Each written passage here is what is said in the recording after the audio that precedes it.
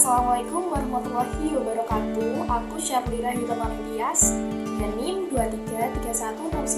233169030313P dari Prodi S1 Gizi Stikes Muhammadiyah Bojonegoro. Di sini aku akan membuat video penjelasan mengenai materi dari mata kuliah ILC atau Entrepreneur Leadership dan Karakter, yaitu tentang keracunan dan gigitan binatang.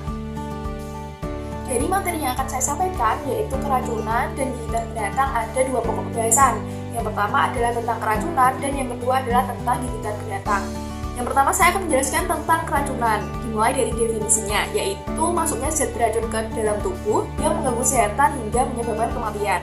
Ada gejala umumnya, yaitu ketika tubuh menderita sakit dan perubahan keadaan cepat semakin memburuk. Nah, ada beberapa jalur masuk racun. Yang pertama adalah melalui mulut, yang kedua melalui inhalasi atau terhisap, yang ketiga melalui kulit, yang keempat melalui sengatan atau luka, dan yang kelima melalui suntikan. Nah, gimana sih kalau kita terkena racun untuk tata laksananya? Nah, tata laksananya ini dibagi menjadi dua hal, yaitu tata laksana umum dan tata laksana khusus. Untuk tata laksana umum dibagi menjadi 4 hal, yaitu A, B, C, D. Yang pertama A, yaitu amankan diri sendiri dan juga bebaskan jalan nafas penderita. Yang kedua B, beri oksigen atau nafas buatan. Yang ketiga C, shock position dan hentikan pendarahan. Yang keempat adalah dilution atau decontamination. Nah, ketika sudah melaksanakan 4 tata laksana umum itu, segera rujuk ke pelayanan kesehatan atau rumah sakit. Selanjutnya ada tata laksana khusus. Nah, tata laksana khusus ini dibagi berdasarkan jalur masuk racun. Yang pertama adalah melalui mulut, yaitu minum banyak dan muntahkan. Jadi teknik ini biasa dinamakan dengan kumbah lambung. Yang kedua adalah ketika terhisap, lakukanlah oksigenasi. Yang keempat ketika melalui keracunan melalui kulit, yaitu dialiri dengan banyak air. Dan yang kelima, ketika terkena sengatan atau luka dan juga suntikan, itu dapat dirujuk ke fasilitas kesehatan atau rumah sakit. Nah, itu adalah tata laksana umum dan khususnya. Selanjutnya ada beberapa jenis keracunan. Yang pertama adalah botulisme, yaitu keracunan makanan kaleng. Yang kedua adalah keracunan makanan laut atau biasa disebut dengan alergi, mungkin dengan alergi udang atau kerang-kerangan seperti itu. Ada juga jenis keracunan makanan, yaitu jengkol, singkong, jamur, tempe bongkrek, makanan basi. Ada juga keracunan melalui alkohol, bensin atau minyak tanah, dan juga karbon monoksida.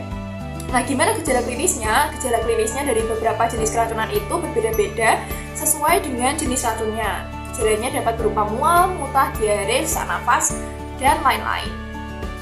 Selanjutnya saya akan membahas tentang gigitan binatang. Nah, gigitan binatang ini dapat dibedakan menjadi 3 hal. Yang pertama itu saya sampaikan gejala klinis dari gigitan binatang. Gigitan binatang ini dapat disebabkan dari gigitan anjing, kucing, maupun monyet.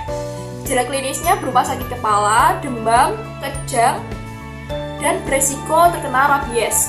Yang kedua adalah gigitan serangga. Gigitan serangga ini dapat berupa gigitan dari tomcat, sengatan lebah, dan lain-lain serangga yang memiliki racun atau serangga lain.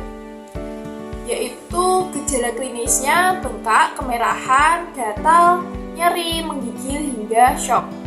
Yang ketiga adalah gigitan ular. Nah, gigitan ular ini memiliki perubahan lokal, yaitu bengkak, edema, dan juga hingga pendarahan. Nah, ada 2 jenis ular. Yang pertama adalah ular berbisa dan ular tidak berbisa.